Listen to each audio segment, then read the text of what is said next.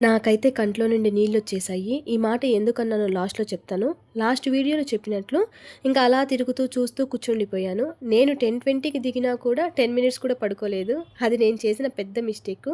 ఇంక నా reporting time 1కి కాబట్టి నేను 12కి కోనేరుకి స్టార్ట్ అయ్యాను. అదెక్కడంటే మనం దర్శనం చేసుకొని ఎగ్జిట్ అవుతాం కదా! దాని ఎదురుగా మాత్రమే గేట్స్ ఓపెన్ చేస్తారు. ఇంకెక్కడ ఓపెన్ ఉండవు గేట్స్. అక్కడ మన టికెట్స్ చూపించి లోపలికి పోవాల్సుంటుంది. నేను 5 సార్లు మునిగేసి ఏటీసీ సర్కిల్‌కి స్టార్ట్ అయ్యాను. అక్కడ 1కి క్యూ స్టార్ట్ అవుతదని చెప్పారు. నేనైతే మొబైలు, బ్యాగు క్యారీ చేయలేదు. అక్కడ ఎలా ఉంటుందో అని. బట్ క్యూలోకి వెళ్ళాక మొబైల్స్, బ్యాగ్స్ పెట్టుకోవచ్చంట. ఇంగ క్యూలోకి 1కి స్టార్ట్ అయ్యాము. 1:30కి కంపార్ట్మెంట్‌లో వేశారు. దర్శనం ప్రాసెస్ ఎలా ఉంటుంది అంటే ఫస్ట్ సుప్రభాత సేవ, దెన్ అంగప్రదక్షిణ సేవ అనమాట. ఇంకా 2:30కి కంపార్ట్మెంట్ గేట్స్ ఓపెన్ చేశారు. మేము గుడిలోకి వెళ్ళిన వెంటనే 3 గంటలకి సుప్రభాతం పెట్టారు. అప్పుడే అంగప్రదక్షిణ కూడా స్టార్ట్ అయ్యింది. ఆ మూమెంట్‌లో నా కళ్ళల్లోంచి నీళ్ళొచ్చేసాయి. ఎందుకంటే ఎంత అదృష్టం ఉంటేనే మనకి మొదటి దర్శనం కలుగుతుంది అని చెప్పి. నేను పోవాలి అనుకునే వాళ్ళకి ఒకటే సజెస్ట్ చేస్తాను.